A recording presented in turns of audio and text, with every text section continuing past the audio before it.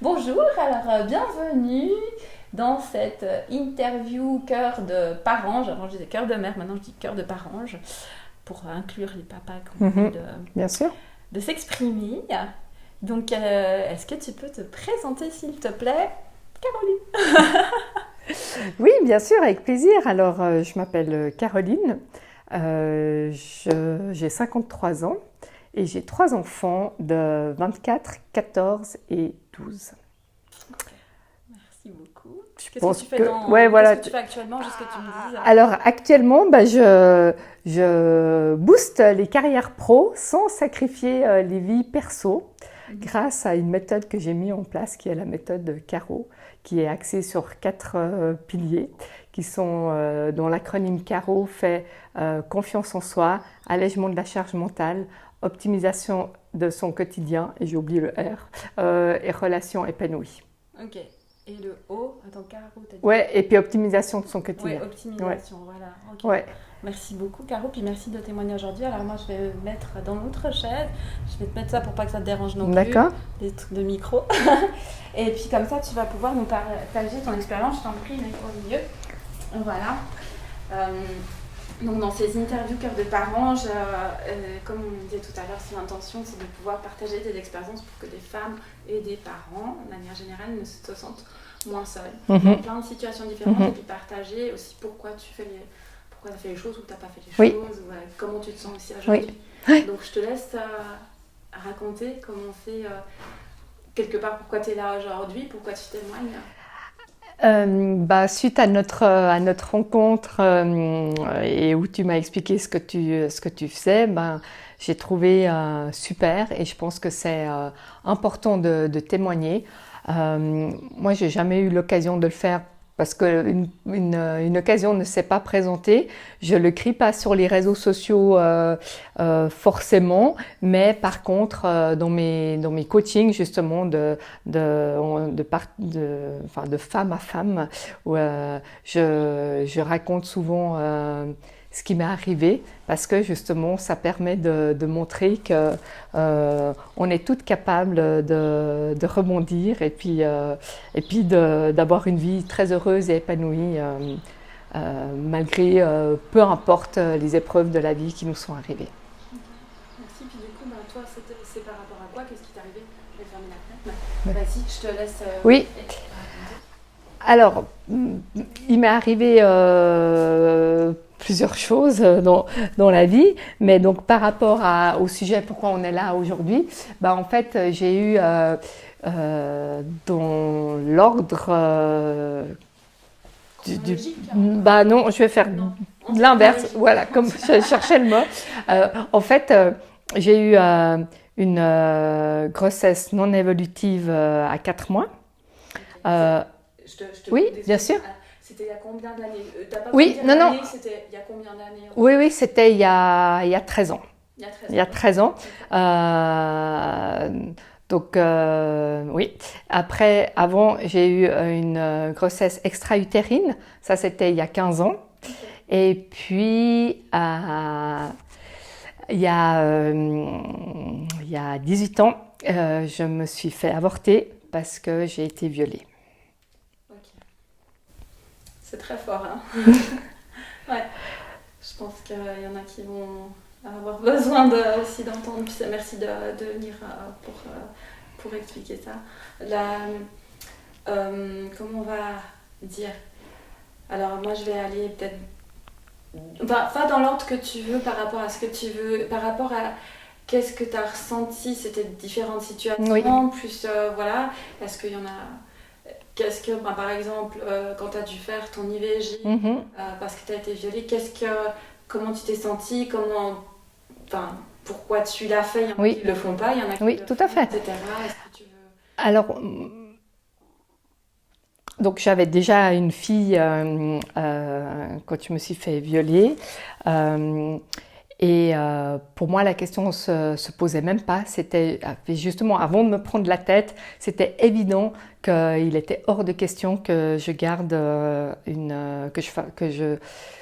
j'aurais subi en fait une grossesse de mon violeur. Donc pour moi, c'était une évidence que j'allais pas garder cet enfant. Et j'ai eu de la chance de pouvoir prendre rendez-vous rapidement avec mon gynéco et de faire cette interruption avant que justement je commence à me prendre la tête, ce que j'ai fait des années après. Quand j'ai fait ma grossesse extra-utérine, parce que là du coup c'était un tout autre chapitre de ma vie. Je venais de me marier, on est parti pour la deuxième fois. On est parti directement au voyage de noces et là j'ai arrêté la pilule et je suis tombée tout de suite enceinte. Donc tout parfait, tout merveilleux et tout. Et quand j'ai fait une hémorragie et puis que c'est comme ça qu'on a découvert que je faisais une grossesse extra-utérine. C'était douloureux d'abord physiquement, c'était psychologiquement, j'y ai repensé justement à mon interruption de grossesse, mais je peux pas dire que c'était une tristesse par rapport à ce bébé qui allait naître parce que je ne savais pas que j'étais enceinte. Oui. T'as pas eu le temps je savais pas, voilà, exactement. Exactement. Par contre, c'est là où j'ai commencé à me prendre beaucoup la tête parce que je me suis dit, et pourtant je ne suis pas spécialement croyante ni pratiquante, mais je me suis dit, voilà, t'en as enlevé un, on t'en enlève un. Et là, du coup, j'ai vraiment culpabilisé et commencé à réfléchir, mais tu t'étais pas posé la question, et si, peut-être que tu aurais pu le garder parce que cet enfant qui était là, il avait rien à faire par rapport à son géniteur, donc là j'ai énormément culpabilisé. J'ai énormément culpabilisé par rapport à mon mari qui lui il était tout frais dans ce monde de devenir papa et puis que il était évidemment très triste parce qu'il s'était du coup très vite projeté qu'il pourrait être papa. Et puis dans le laps de temps où vous l'avez, genre par exemple t'es partie à l'hôpital, ouais. Ça saignait, ton mère t'es enceinte, et ouais. puis hop, il s'est tout de suite tout de suite, il était triste pour moi, bien sûr, de physiquement, de ce qui m'arrivait, etc. Et puis en plus, il s'est dit il se réjouissait tellement c'est pour ça qu'à peine marié, on avait arrêté la pilule et puis c'est pour ça que je dis on parce qu'il est très présent et puis que on avait arrêté la pilule et puis qu'en plus je tombe enceinte pendant le voyage de noces. Enfin, ça faisait le petit côté féerique que mon mari aime beaucoup. Moi, ayant déjà eu un vécu, je suis beaucoup plus terre à terre que ce que lui il était à ce moment-là. Et du coup, je me suis dit c'est à cause de moi, c'est de ma faute parce que voilà, je suis punie de ce que j'ai fait les années avant. Puis encore plus coupable par rapport à... En fait, c'est non seulement par rapport à toi-même, toutes les pensées qui arrivent à ce moment-là, j'imagine. Hein. Enfin, je fais plus que d'imaginer, mais voilà. Et puis, en plus, te sentir coupable d'avoir, en guillemets, gâché le bonheur de l'autre. Oui, exactement. Et puis, alors évidemment, je lui avais tout raconté de ce qui m'était arrivé, mais du coup... en n'étant pas bien psychologiquement, il y a tout ce passé qui est revenu et puis que j'ai toujours pas travaillé à ce moment-là. Puis que je me suis dit, je me pose des questions, mais je montre pas trop que je me pose des questions et je continue à aller de l'avant, à bosser, à voir ma fille et puis on avance.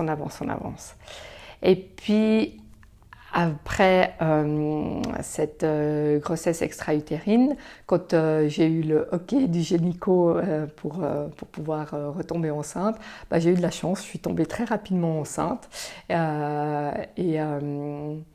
Et là, j'ai eu une chouette grossesse, enfin pas que j'ai pris 20 kilos, mais j'ai eu une chouette grossesse, ça s'est bien passé, etc.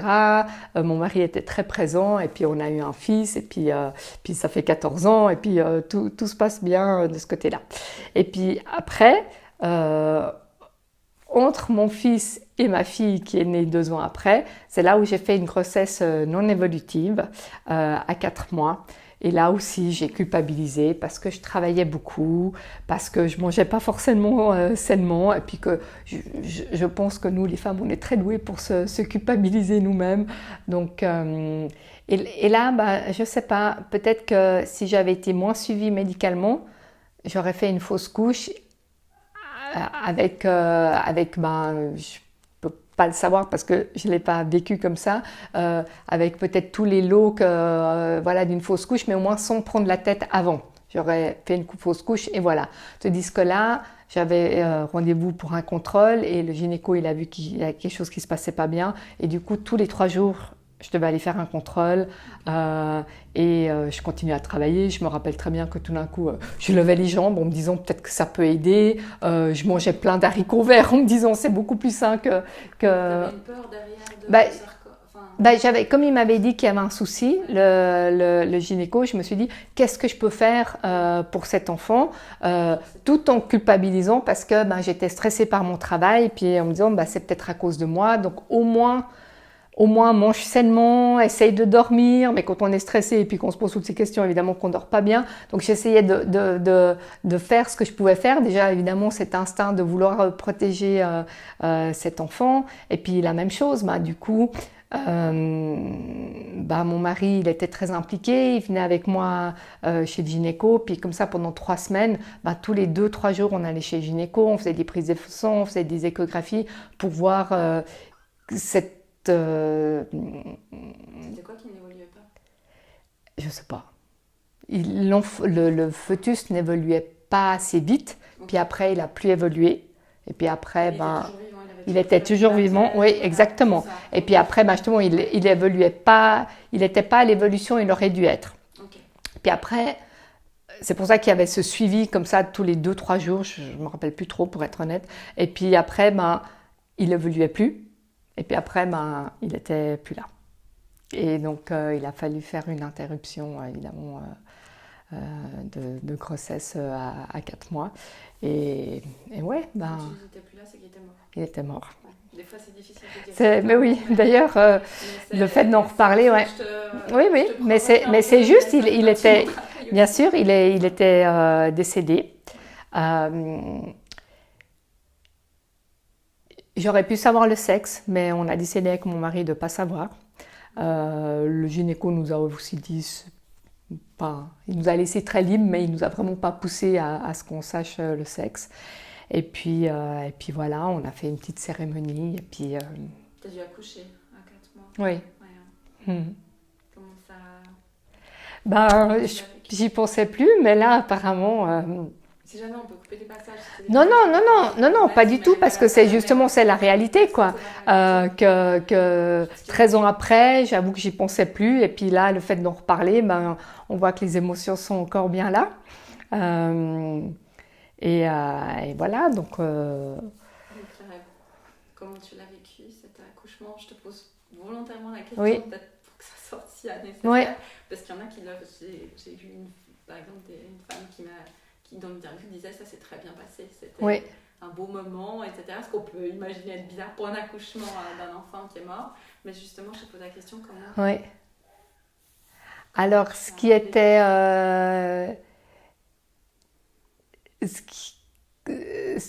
ce que je m'en souviens vraiment, mais c'est plus sur le côté du coup un peu technique ou environnemental, c'est que l'anesthésiste qui était là était la même que quand j'ai accouché de ma première fille en 99.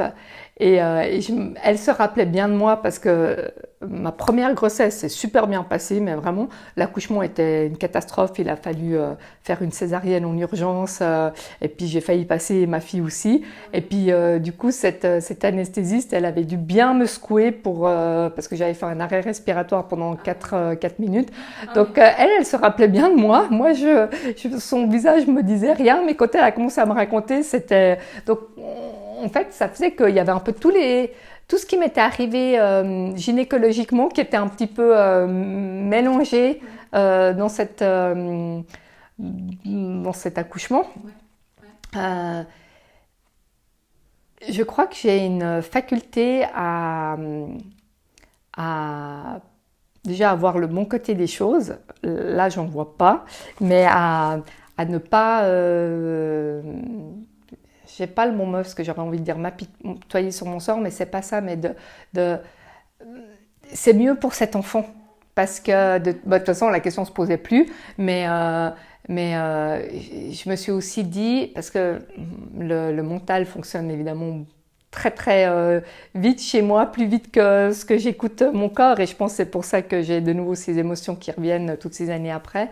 C'est que je me suis dit, mais j'ai déjà une fille de 10 ans, 11 ans. J'ai un fils de 18 mois. Quelle aurait été notre vie avec un enfant peut-être qui aurait été mal formé, qui aurait été peut-être, peu importe la malformation. Du coup, le mental a pris le dessus en disant, voilà, c'est comme ça, c'est qu'il y a une raison. Et puis j'ai un peu, voilà, je suis retournée travailler. Et c'est seulement, il y a 5 ans exactement, au mois de juin, où j'ai fait un burn-out. Parce que voilà, je travaillais comme une folle, je travaillais 15 heures par jour et puis qu'il y avait beaucoup d'insécurité professionnelle. Et puis c'est en fait quand je n'étais plus capable de me lever pendant 3 jours que là, je me suis dit, écoute Caroline, il t'est arrivé 2-3 choses dans ta vie. Tu dis que ta priorité sont tes enfants. Résultat, tu es que au travail, puis quand tu es à la maison, tu es hyper irritable, donc qu'est-ce que tu veux faire de ta vie? Puis là, j'ai commencé à avoir un psy et en parallèle à avoir une coach. Et c'est là où j'ai fait tout mon shift par rapport à ma carrière, par rapport à ce que je voulais faire de ma vie, et que c'est seulement là que j'ai travaillé et sur mon viol et sur ces grossesses non abouties. Et que du coup, ma dernière grossesse, en fait, je suis consciente que je ne suis pas très organisée dans ma pensée point de vue chronologique, parce que justement, quand ma dernière grossesse, donc ma fille qui a 12 ans, qui était après cette grossesse non évolutive, là aussi, quand le gynéco il a dit, point de vue, je pense qu'il m'a dit, peut-être mécanique, je ne sais rien, enfin tout est bon, vous pourriez retomber enceinte. Je sais pas, avec mon mari actuel, rien que l'idée de vouloir avoir un enfant, hop, je tombe enceinte. Donc ce qui n'était pas du tout le cas avec mon premier mari, il m'a fallu 5 ans pour tomber enceinte.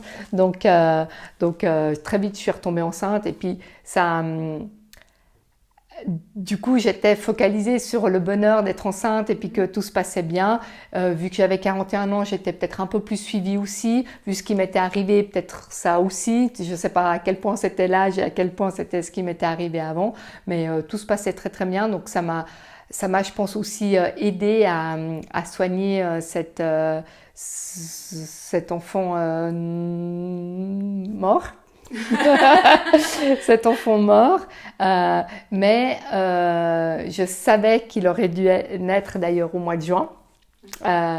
Et c'est vrai que même si j'étais enceinte, quand on est arrivé au mois de juin, c'était une période où j'étais très triste. Okay.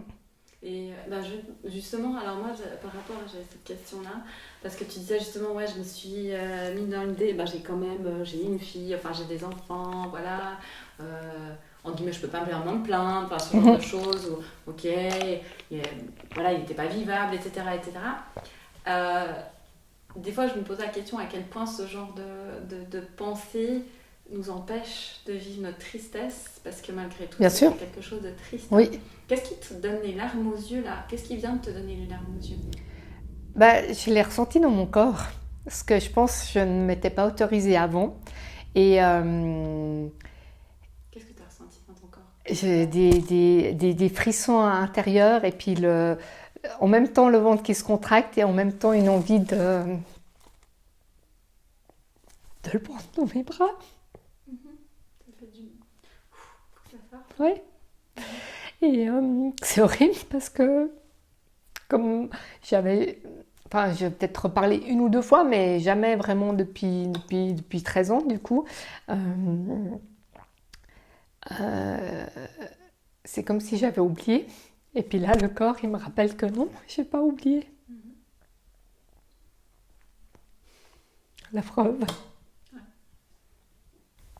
On a le droit d'être triste. Hein. Tout à fait. Il y avait quelqu'un que j'apprécie beaucoup, Franck Lovey, avec lequel j'avais travaillé. C'était vraiment hyper spontané comme ça arrivait. Mais il y a eu un déclencheur pendant un travail on va dire développement personnel, même si lui il dit que c'est pas, enfin il n'aime pas utiliser ce mot-là, d'après mon souvenir. il y a eu un déclencheur de quelqu'un, je me suis dit, c'est bon, c'est fait, je suis passée à travers.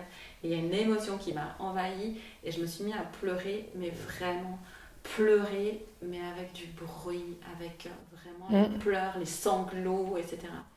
Et en fait, ça a fait vibrer les personnes qui, dans la salle, avaient quelque chose à lâcher de ça, hommes et femmes compris aussi. Et en fait, c'est la première fois de ma vie, pourtant ça faisait bien 10 ans, et c'était la première fois de ma vie que vraiment j'ai lâché le truc. Et depuis, ça a changé complètement le fait de vraiment aller lâcher. C'est des moments qui sont tristes. Hein. Oui, tout à fait. Et il faut, on va pas dire il faut. C'est bien de les laisser, de les ressentir et de les vivre, clairement. Et je pense qu'à l'époque, je les ai enfuis. Et comme je disais, après, j'ai pris l'habitude de vivre sans y penser. Et là, en parlant de ça, parce que moi je suis pas du style à me préparer, donc je savais qu'on allait parler de ça, mais je n'ai pas repensé, c'est pour ça que c'est peut-être pas très clair par rapport à la chronologie et tout ça, mais du coup maintenant, tu vois, le fait d'en parler, ça sort, et me connaissant de mieux en mieux quand même, je sais que je vais en reparler demain soir. Mon mari rentre de voyage, donc je vais en reparler avec lui, parce que du coup j'aimerais aussi savoir lui comment il le vit, parce qu'on n'en a pas reparlé, de nouveau, pas parce que c'est un sujet tabou, mais parce que je n'ai jamais, moi, abordé ce sujet, qu'il y avait très vite Julia, j'étais enceinte, et je savais, vu mon âge, et puis vu que j'ai quand même eu du coup 6 débuts de grossesse, que vu mon âge, le gynéco, il m'a dit, je pense que c'est, parce que j'en voulais 4, que c'est le dernier. Donc j'ai vraiment bien profité de cette dernière grossesse qui se passait bien, à part que j'étais très fatiguée, mais qui se passait bien. Et puis aussi du coup de tout, de tout mon dernier congé maternité, parce que je savais que ça s'arrêtait là pour moi en expérience de grossesse, et que c'était bien aussi, c'était ok avec moi.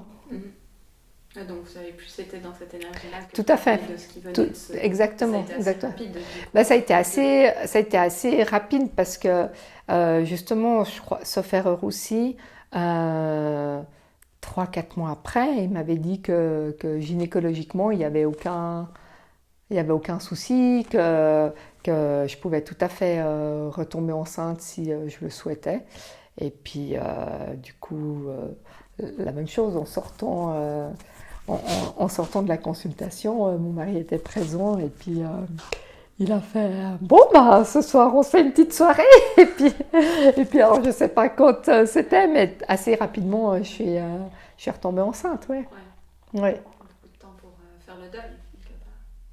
J'ai pas laissé. Une petite cérémonie, mais est-ce que j'ai pas laissé le temps, et c'est là où je disais, moi je sais pas si c'est du style de voir que le positif, ou de vouloir fuir quelque chose.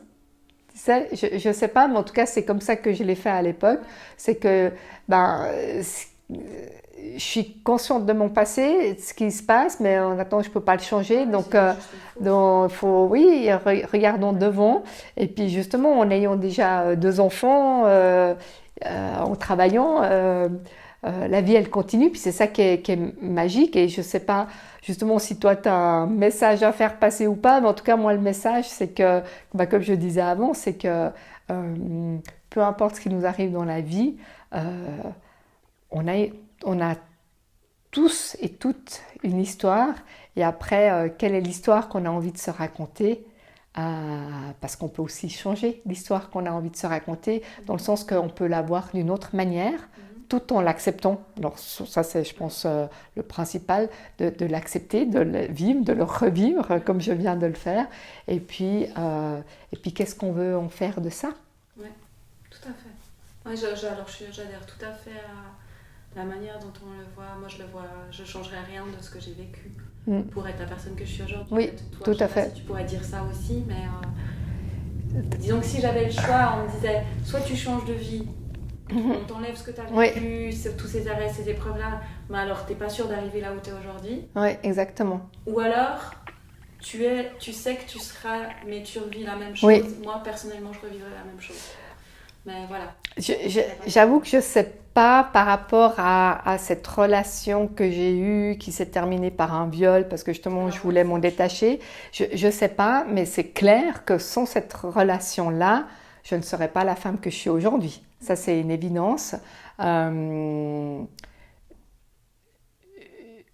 Je souhaite à personne, évidemment, il n'y a pas que le viol, il y a toute cette relation qui était extrêmement malsaine, qui a duré plus d'1 année, dans laquelle j'ai embarqué ma fille, qui avait 5 ans à l'époque. Donc, ça a aussi beaucoup de culpabilité en tant que maman.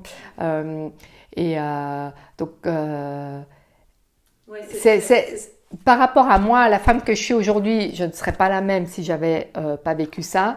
Mais maintenant, de l'avoir fait vivre aussi à ma fille, je sais pas si je changerais pas ça.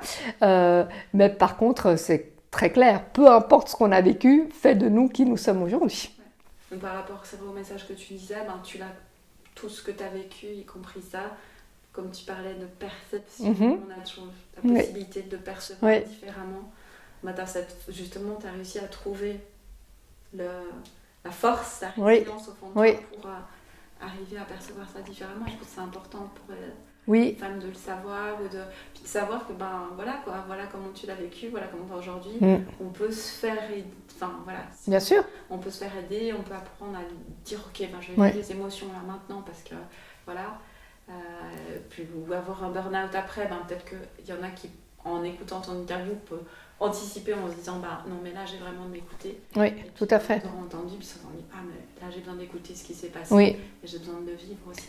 Alors c'est très clairement quelque chose que j'essaye d'apprendre à mes enfants qui ont maintenant 12 et 14, celle qui a 24 aussi, mais on a une autre relation, on parle différemment, je lui ai raconté tout ce qui m'est arrivé et du coup en tant que jeune femme, je pensais que c'était important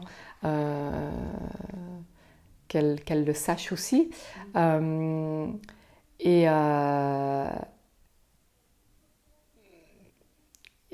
j'essaye justement d'apprendre pour moi et d'inculquer à mes enfants de plus s'écouter, sans non plus passer à l'extrême.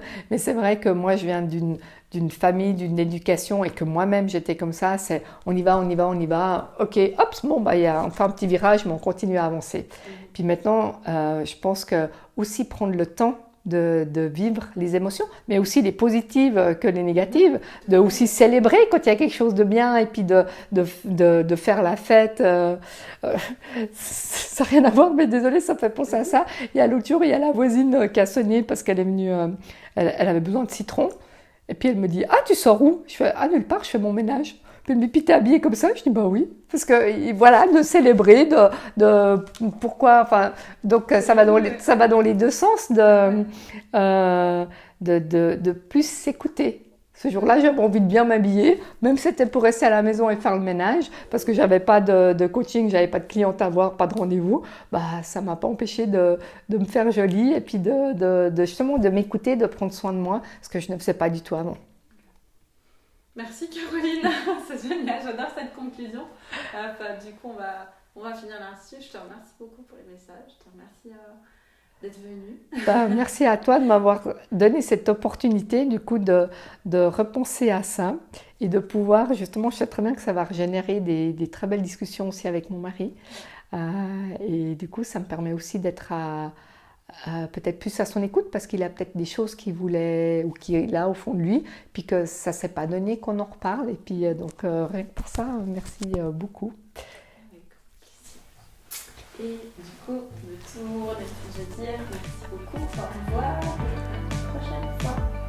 Au revoir.